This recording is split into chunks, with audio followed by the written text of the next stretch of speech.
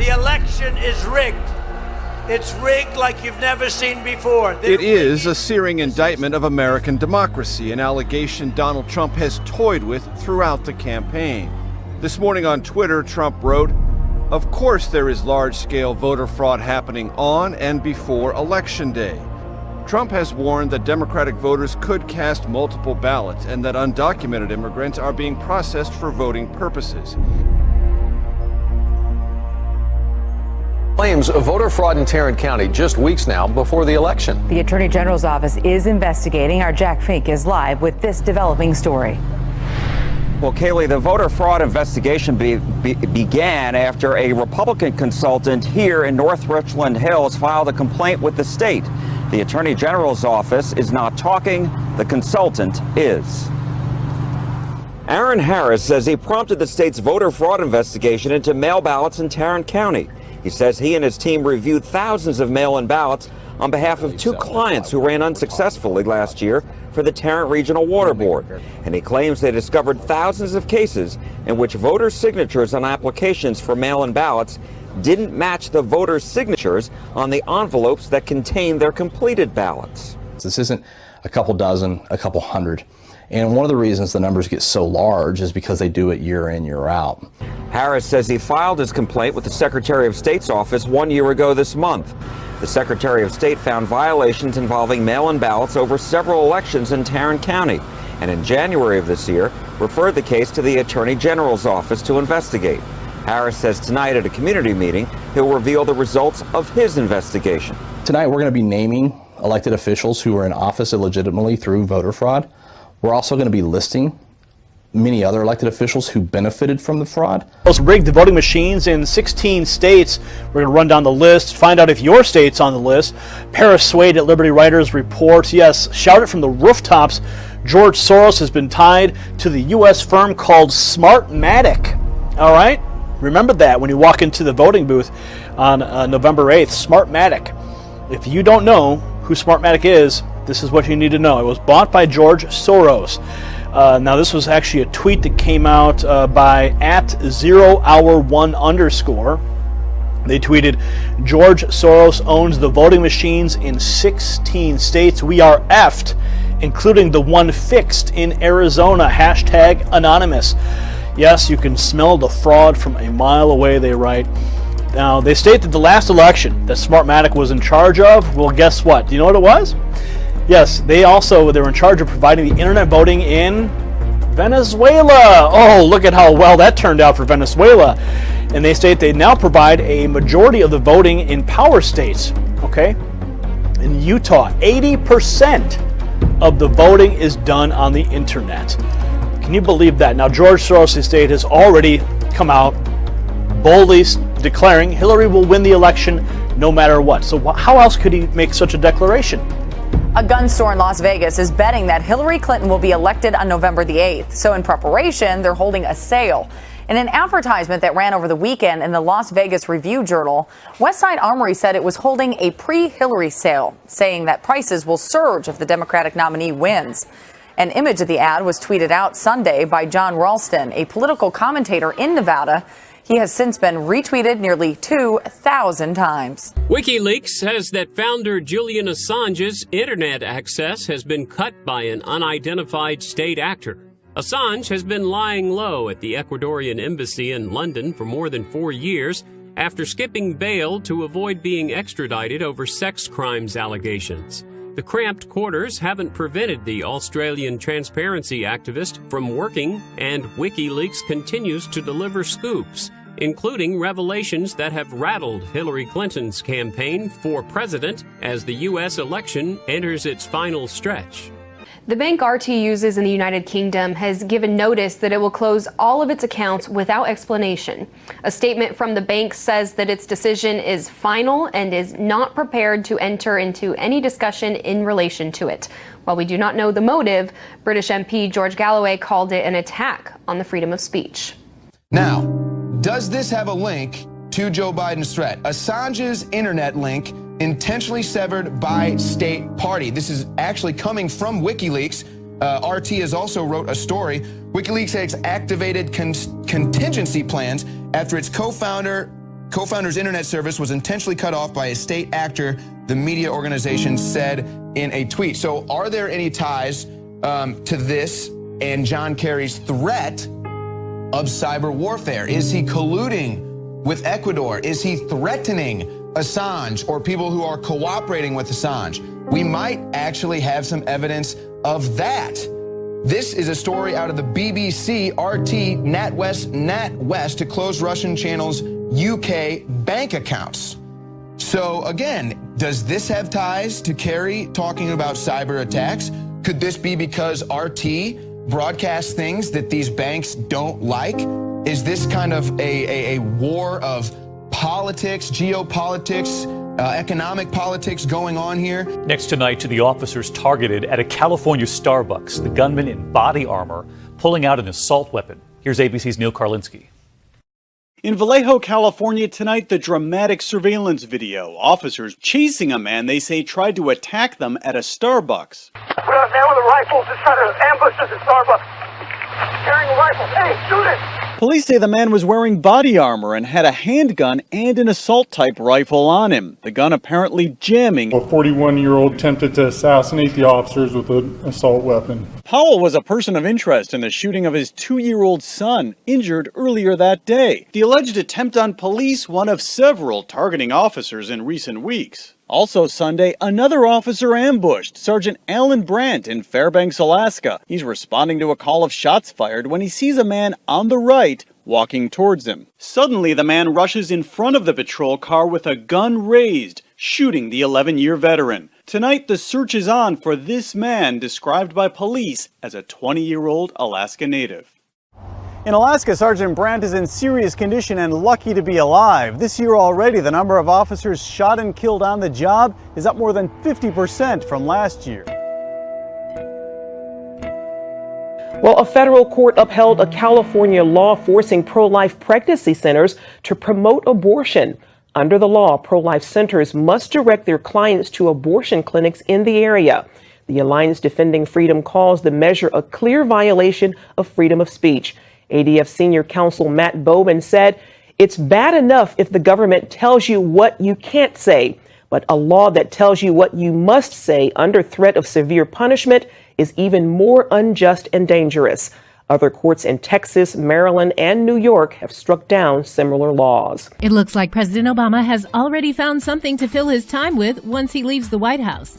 It was recently revealed that Obama will be teaming up with former Attorney General Eric Holder for a new political action committee called the National Democratic Redistricting Committee. The committee will focus on state-level efforts to influence redistricting. Holder shared his thoughts on the new project, saying, "American voters deserve fair maps that represent our diverse communities, and we need a coordinated strategy to make that happen." He went on to say this unprecedented new effort will ensure Democrats have a seat at the table to create fairer maps after 2020. Now, here's another dynamic difference between the United States government and the Russian government. This is a story from Infowars.com. Kremlin insider, war might begin even before the United States elections, urging citizens to stockpile cans of food. They've been doing this for a while. And they also just had a drill with millions, I believe, of Russian state actors doing a drill for what they would do in a nuclear war.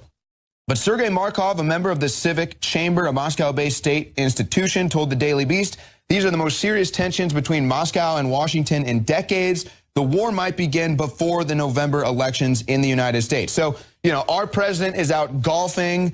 He's smelling his hand as he's going to Hillary Clinton rallies. And, you know, one of our presidential candidates is going unconscious at 9/11 events. But here's people coming from inside the Kremlin that are trying to warn people. He said, "I personally plan to stock 200 cans of pork to be ready for a potential war crisis, and I advise everybody to do the same."